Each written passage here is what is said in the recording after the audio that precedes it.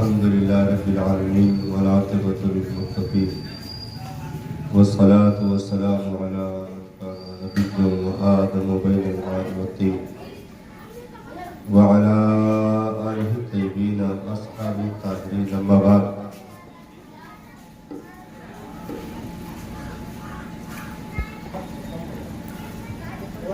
بعد فأعوذ بالله من الشيطان الرجيم بسم الله الرحمن الرحيم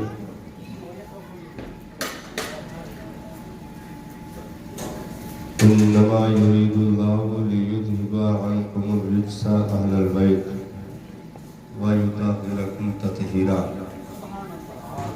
آمنت بالله قال النبي صلى الله تعالى عليه وآله وسلم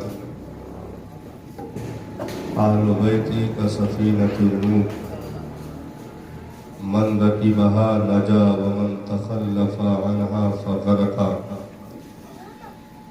وصدق رسوله النبي الأمين المكي الكريم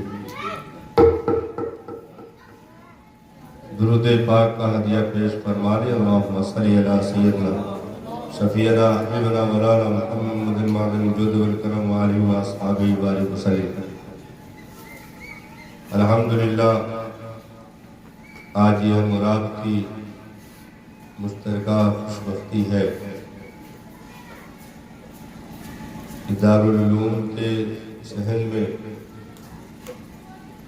حضرت مولانا اختر شمسی صاحب قبلہ جو خلیفہ حضور طاہر ملت بھی ہیں، ان علماء کرام کے نورانی قافلے کے ساتھ ایک عظیم ہستی کی بارگاہ میں محبت و خلوص کے نذرانے پیش کرنے کے لیے آپ حضرات کو اکٹھا کیا ہے. اللہ تبارک و تعالی ہمیں اور آپ کو آل رسول اہل بیت کے فیض و برکات سے مالا مال فرمائے.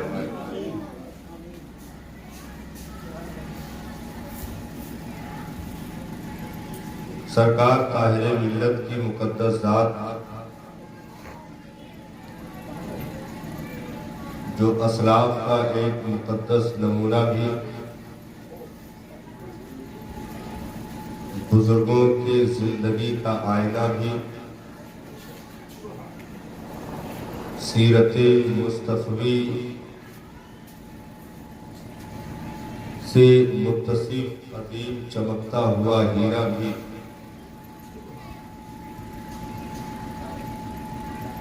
جس نے وَيُطَهِّرَكُمْ تَطْهِيرًا کے دریا میں غوطہ لگا کر کے خود کو بھی طاہر کر لیا،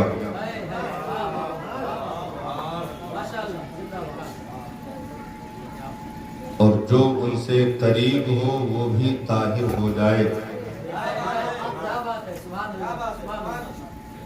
شخصیتوں کو طاہر کرنا اپنی جگہ پر ہے، لیکن ملت کو طاہر کرنا یہ نواسۂ رسول ہی کا کام ہے.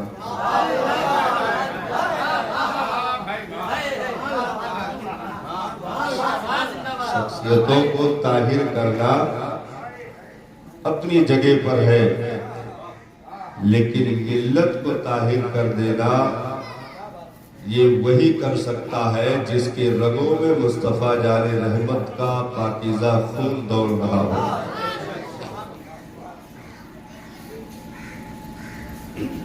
اور دین اسلام میں جہاں بہت سارے اصول رکھے گئے ہیں، وہیں پر ایک نمایاں اصول یہ بھی ہے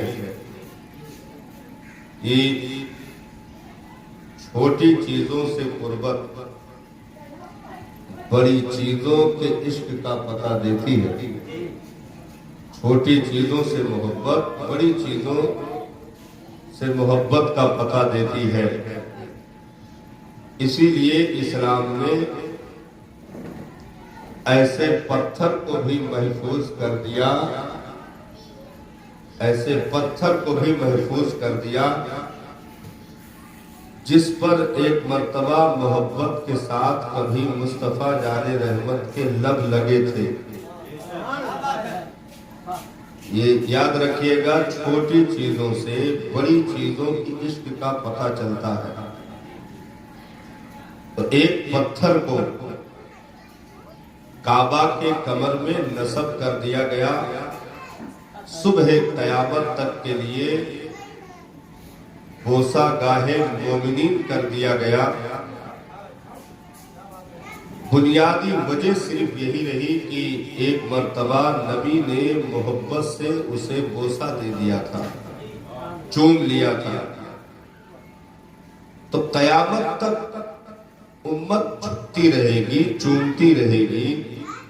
کیوں؟ اس کی وجہ صرف یہی ہے کہ دنیا میں جتنے بھی حاسدین، جتنے بھی دشمن جنم لیتے رہیں گے قیامت تک، ہر دور میں ان کا کلیجہ چیرنے کے لیے یہ بوسہ ہی کافی ہوگا کہ یہ قوم جب بوسہ دیے ہوئے پتھر تک کو نہیں چھوڑتی ہے تو نبی کو کیسے چھوڑ دے گی؟ بھئی جس پتھر سے اس کے نبی کا لگ گیا ہو، یہ قیامت تک اس پتھر کو چھوڑنے کے لیے تیار نہیں ہے، تو اس نبی کو چھوڑنے کے لیے کیسے تیار ہوگی جس کا کلمہ پڑھ چکی ہے؟ تو چھوٹی چیزوں سے بڑی چیزوں کی محبتوں کا پتہ چلتا ہے۔ ان بزرگوں کو یاد کرنے، ان کا ذکر کرنے، ان سے پیار اور محبت کرنے کی وجہ صرف یہی ہے کہ یارا جب ہم بچوں کو نہیں چھوڑتے ہیں تو جس کے جگر کے ٹکڑے یہ ہیں ان ہستیوں کو ہم کیسے چھوڑ سکتے ہیں؟ جب ان کی اولادوں سے اتنا پیار ہے کہ اولادوں سے محبتوں کا معاملہ ایسا ہو کہ کبھی روہیل کھنڈ کی زمین پر، کبھی روہیل کھنڈ کی زمین پر ایک گمنام مزدور سید زادے کو ڈولی میں بٹھا کر احمد رضا اگر کاندھا لگا دے تو مجدد نے دنیا کو پتہ دے دیا کہ اگر مزدور ہی کیوں نہ ہو، اس کے رگوں میں بھی مصطفیٰ کا خون دوڑ رہا ہو تو احمد رضا کے سر کا تاج ہے، ہم اسے کندھے پر اٹھانے کے لیے تیار ہیں۔ تو جب ان کی اولادوں سے اس قدر پیار ہے تو مدینے والے تاجدار سے محبت کا معاملہ کیا ہوگا؟ تو یہ دنیا اعتراض نہ کرے کہ تم نے نبی کو چھوڑ کر کے پیروں کو کیوں یاد کرنا شروع کیا، اولادوں کا ذکر کیوں شروع کر دیا۔ سنو، بہت خوبصورت حویلی ہو، بہت خوبصورت حویلی ہو، لیکن دروازے پر، صدر دروازے پر کوڑے کرکٹ کا ڈھیر پڑا ہو، تو صرف اسی سے اندر کی گندگی کا پتہ لگایا جائے گا، صرف اسی سے۔ باقی ہے بہت چھوٹی چیز، بھائی 10 منٹ کا کام نہیں صفائی کرنا، لیکن اسی سے اندر کی گندگی کا پتہ لگے گا۔ لیکن دروازے پر حسین گلدستے رکھے ہوئے، گلاب کھلے ہوئے، پانی کا چھڑکاؤ ہے اور خوشبو الگ آ رہی ہے، زمین بالکل چماچم کوڑے کرکٹ سے بالکل پاک ہے، تو اب اس ستھرائی سے اندر کی نظافت اور طہارت کا پتہ لگایا جائے گا کہ جب دروازہ اتنا حسین ہے تو اندر حویلی کتنی حسین ہوگی۔ جب دروازہ اتنا حسین ہے تو اندر حویلی کتنی حسین ہوگی۔ یہی معاملہ ہے اسلام میں مکمل مقدس ہستیوں کی یادگاروں کا، کہ ہم جن کا دامن پکڑے، ان کا ذکر، جن کے آستانے پر پہنچے، جن کی زندگی کا مطالعہ کیا، جن کی سیرتوں کو ہم نے پڑھا، ان کے تذکرے، ان کے بارے میں گفتگو، ان کے قصیدے، ان کی مرتبتیں، یہ پڑھ پڑھ کر کے ان چھوٹے لوگوں کو، یعنی دین میں جنہیں نسبت حاصل ہو گئی، ان کا ذکر کر کر کے ہم نے دنیا کو بتا دیا کہ جب دروازے کا یہ معاملہ ہے تو اندر حویلی کا معاملہ کیا ہوگا؟ جب دروازے کی محبت کا یہ عالم ہے تو حویلی کی محبت کا عالم کیا ہوگا؟ اگر کوئی مولا علی کا گن گائے تو شہر علم کے دروازے سے محبت ہے، تو جب دروازے سے محبت کا نعرہ لگے گا تو اس شہر سے محبت کا پتہ خود بخود ملے گا، اس شہر سے محبت کا پتہ خود بخود ملے گا۔ اسی لیے ان مقدس ہستیوں کو یاد کرنے کا حکم ہے، اور بڑوں کو خوش کرنے کے لیے چھوٹوں سے پیار ضروری ہے۔ بڑوں کو خوش کرنے کے لیے چھوٹوں سے محبت ضروری ہے۔ ایک بھکاری، ایک فقیر دروازے پر آتا ہے، صدا لگاتا ہے، تو مانگتے مانگتے وہ یہ کہہ جاتا ہے کہ مالک دے دو آپ کے بچوں کا صدقہ، آپ کی اولادوں کا صدقہ، آپ کے جگر کے ٹکڑوں کا صدقہ۔ تو جو 1 روپیہ دینے والا تھا، یہ وسیلہ لگا تو 5 کی نوٹ یا 10 کی نوٹ تو نکل ہی آئے گی۔ بچوں کی خیرات دے دو، بچوں کا صدقہ دے دو۔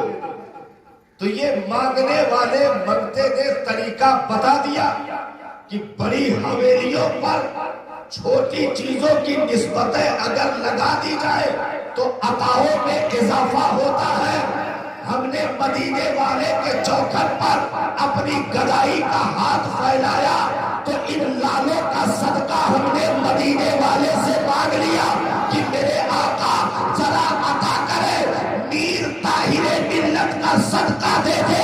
تو جب ہم نے بچوں کا نعرہ لگایا، بچوں کے نام کا ہم نے ان کے نام کی دعائی دی، تو عطاؤں میں مزید اضافہ ہو گیا کہ اسے نواز دو، یہ غدار نہیں، میری اولاد ہے۔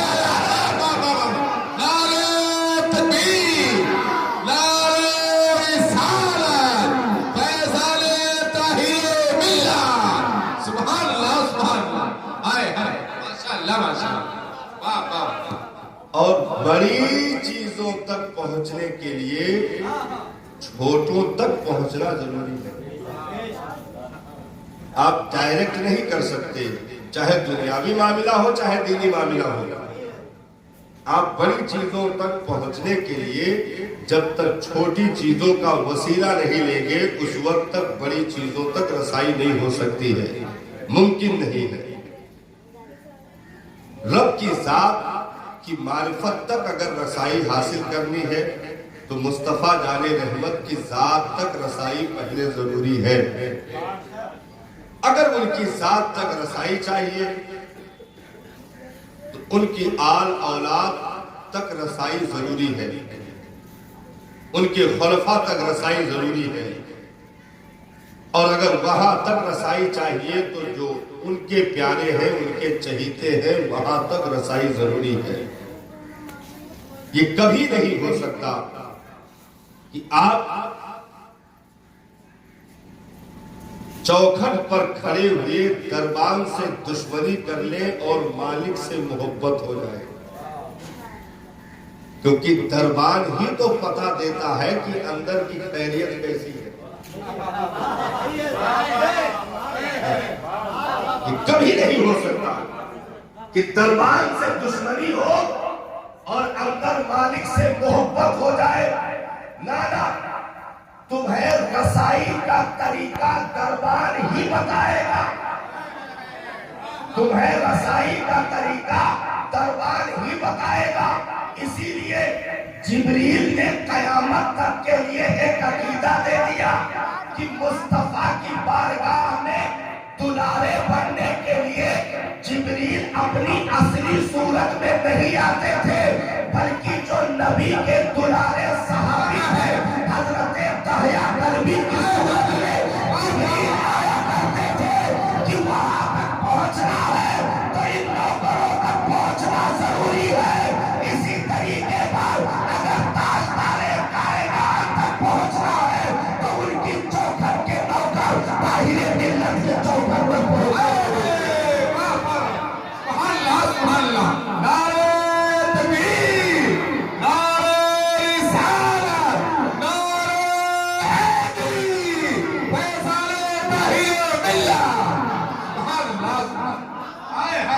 کبھی نہیں ہو سکتا کہ آپ درباروں سے دشمنی کر لیں اور مالک حویلی کے مالک سے آپ کی محبت بھی برقرار رہے. یہ کبھی نہیں ہوا صاحب. ایک تاریخی حقیقت ہے کہ بڑوں تک پہنچنے کے لیے چھوٹوں تک پہنچنا ضروری ہوتا ہے. اہل سنت پاگل نہیں ہے جو پیروں کا نعرہ لگاتے ہیں. تمہاری جماعت کی مشترکہ عقل جہاں دم توڑ دیتی ہے وہاں سے ادنا سے ایک سنی کی عقل شروع ہوتی ہے. کیونکہ دین میں کوئی گمراہ بعد میں ہوتا ہے، پاگل پہلے ہوتا ہے. گمراہی بعد میں آتی ہے، پاگل پن پہلے آتی ہے. تو اگر رب نے ہمیں ہدایت دی ہے تو اہل سنت پہلے ہوش میں آئے ہیں، ہدایت بعد میں ملی ہے. کیونکہ باہوش لوگوں کو ہدایت دی جاتی ہے، جو دماغ کے مالک کو ہدایت ان کو ملتی ہے، عقل کے مالک کو ہدایت ان کو ملتی ہے. اگر کوئی پاگل قوم کا سردار ہی کیوں نہ ہو تو اسے ابو جہل کر دیا جاتا ہے. کوئی عقل کا مالک سلمان کیوں نہ ہو اسے فارس کا سردار کر دیا جاتا ہے. تو بڑوں تک پہنچنے کے لیے چھوٹوں تک پہنچنا بہت ضروری ہے. یہ کبھی نہیں ہو سکتا کہ آپ چھوٹوں سے دشمنی کر لیں اور بڑوں کے عزیز ہو جائیں، بڑوں کے چہیتے ہو جائیں. یہ کبھی نہیں ہوا. بھائی غوث اعظم سرکار کہ چوکھٹ تک پہنچنے کے لیے ضروری ہے کہ چوکھٹ پر بیٹھے ہوئے کتے سے بھی دوستی ہو جائے. غوث اعظم سرکار کی چوکھٹ تک پہنچنے کے لیے ضروری ہے کہ چوکھٹ پر بیٹھے ہوئے غوث کے وفادار اس کتے سے بھی نسبت حاصل ہو. اگر ذرا بھی مزاج کے خلاف ہوا تو غوث اعظم تو بعد میں کچھ بولیں گے، وہ کتا پہلے چیر کر رکھ دے گا. ذرا بھی مزاج کے خلاف ہوا تو کتا پیر سے پوچھ کر کے شیر پر حملہ نہیں کیا تھا. غوث اعظم کی اجازت نہیں لی تھی کہ سرکار اجازت دے تو حملہ شروع کرے، نہیں. بلکہ جب کام تمام ہو گیا تو للچائی نظروں سے دیکھ رہا تھا پیر صحیح کیا کہ غلط کیا. جب کام شیر کا تمام ہو گیا تو پیر کی طرف للچائی نظروں سے دیکھ رہا تھا کہ پیر کام صحیح ہوا کہ غلط ہوا. تو غوث اعظم نے ڈانٹا نہیں، اس کے خلاف ایکشن نہیں لیا، اس کو گرفتار نہیں کروایا، اس کو چوکھٹ سے دربدر نہیں کیا، بلکہ پیار کی نگاہوں سے دیکھ کر اشارہ کر دیا کہ میرے پیارے، اگر پیر کے مزاج کے خلاف کوئی بات مرید کو سمجھ آئے تو حملہ کرنے کے لیے اجازت لینے کی ضرورت نہیں ہوتی. سبحان اللہ، اجازت کی ضرورت نہیں ہوتی ہے. یہ غوث اعظم کے چوکھٹ پر بیٹھے اس کتے نے ایک سبق دے دیا کہ اگر پیر سے محبت ہو تو ایسی کہ مرید پیر کا مزاج شناس ہو جائے، پیر کے مزاج کو سمجھنے والا ہو جائے. اور ہر چیز میں اجازت نہیں لی جاتی. جیسے کہتے ہیں ہر چیز میں قرآن میں دکھاؤ، حدیث میں دکھاؤ. اگر یہی معاملہ رہے تو پھر باورچی خانے کا سارا سامان قرآن میں دیکھنا پڑے گا. دال چینی، کالی مرچ، دھنیا، تیل پتہ سب قرآن سے ثابت کرنا پڑے گا، تب جا کے ناشتہ ریڈی ہوگا. بھوکے مر جاؤ گے لیکن مسالوں کے حوالے قرآن سے تلاش کرتے رہو گے، ملے گا. ہر چیز میں حوالوں کی ضرورت نہیں ہوتی ہے. کچھ چیزیں اللہ تعالیٰ نے ہماری عقلوں پر بھی چھوڑ رکھا ہے. ہر چیز میں حوالے نہیں تلاش کیے جاتے ہیں. کچھ چیزیں عقلوں سے بھی فیصلے اور مومن کو تو فراست اللہ تعالیٰ نے عطا فرمائی ہے.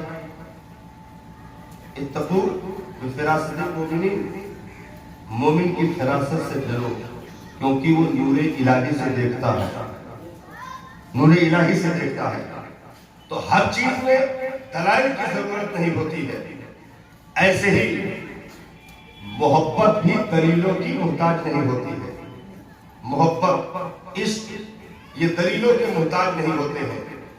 یہ وہ کرتے جاتے ہیں جو ان کو سمجھ آتا ہے کہ میرے مرشد کو اچھی لگے گی، بس اجازت کی ضرورت نہیں ہوتی ہے. اب ہم یہ پوچھ کر کے تھوڑا کہ بلگرام جائیں گے تب اجازت لیں گے، سہیل ملت یا وہاں کے ذمہ داروں سے اجازت دیں گے کہ 1 کلو چنے پہ فاتحہ کروا دے سرکار کی 1.5 کلو پہ کروا دے. کوئی دلیل ہو طاہر ملت کی زندگی سے تو بتائیے. نہیں، محبت دلیل کی محتاج کسی دور میں نہیں رہی. ہم وہ کرتے جائیں گے جو میرے مرشد کے مزاج کے مطابق ہوگا. اب ایک تاریخی دلیل ہم آپ کو دے دیں. فجر کی نماز ہو رہی تھی، فجر کی نماز مسجد نبوی کھچا کھچ صحابہ سے بھری ہوئی. آقا نے امامت فرمائی. نماز فجر کے بعد سرکار صحابہ کی طرف مخاطب ہوئے. سب سے پیچھے ایک صحابی بیٹھے تھے جو نابینا تھے، دونوں آنکھوں سے سب سے پیچھے بیٹھے ہوئے، سر جھکائے ہوئے سب سے پچھلی صف میں بیٹھے تھے. نبی نے دیکھا، مسکرائے، ارشاد فرمایا اقتلت بنت مروان، او پیارے کیا تو نے مروان کی گستاخ بیٹی کا قتل کر لیا؟ مروان کی ایک بیٹی تھی جو نبی کو بہت تکلیف دیتی تھی. بھتی بھتی باتیں، گالیاں، الٹی سیدھی حرکتیں. نماز فجر پڑھا کر کے سرکار نے صحابہ کی طرف مخاطب ہوتے ہوئے پیچھے بیٹھے صحابی جو نابینا تھے ان کی طرف دیکھ کر ارشاد فرمایا اقتلت بنت مروان، کیا تو نے مروان کی بیٹی کا قتل کر دیا؟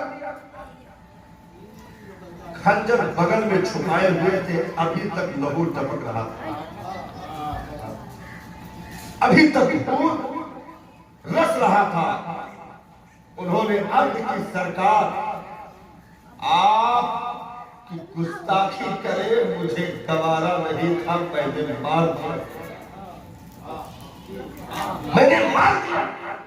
دونوں آنکھوں سے نابینا، حملہ رات کو ہوا تھا، کیسے پہنچے؟ یہ عشق راستے بھی ڈھونڈنے میں کمزور نہیں ہوتا. دونوں آنکھوں سے نابینا، اس کے بعد کیسے پہنچ گئے یہ تو وہ جانے. اور نشانہ ٹھیک لگا، اسے ذبح کر دیا بستر پہ اور مسجد میں نماز کے لیے حاضر ہوئے. نبی جو امت کے دل کی دھڑکنوں سے بھی واقف ہے، نماز پڑھا کر نبی نے ارشاد فرمایا اقتلت بنت مروان، کیا تو نے مروان کی بیٹی کا قتل کر دیا؟ عرض کی سرکار کیا کروں، وہ گستاخی کر رہی تھی، مجھے گوارا نہ ہوا کہ میرے آقا کی شان میں کوئی نازیبا کلمہ کہے اور کہنے کے بعد بھی زندہ رہے، یہ میں نے گوارا نہیں کیا. زندہ رہے یہ گوارا نہیں کیا، میں نے اسے ذبح کر دیا. سرکار میرے آقا کیا میری گرفتاری ہوگی؟ ماورائے خیالت کام کیا نا. نبی سے اجازت نہیں دی، پوچھا تک نہیں، جانے کے لیے کسی سے مشورہ نہیں لیا، تو خنجر رکھ کر ہاتھ کھڑے کر دیے. سرکار کیا گرفتار کیا جائے گا؟ میرے آقا کیا مجھے سزا سنائی جائے گی؟ میرے آقا نے مسکرا کر کے ارشاد فرمایا او دیوانے، تو گرفتاری کی بات کرتا ہے، تو نے اپنے آقا کی خوشی لے کر کے جنت واجب کر لی ہے. تو نے جنت اپنے اوپر واجب کر لی ہے.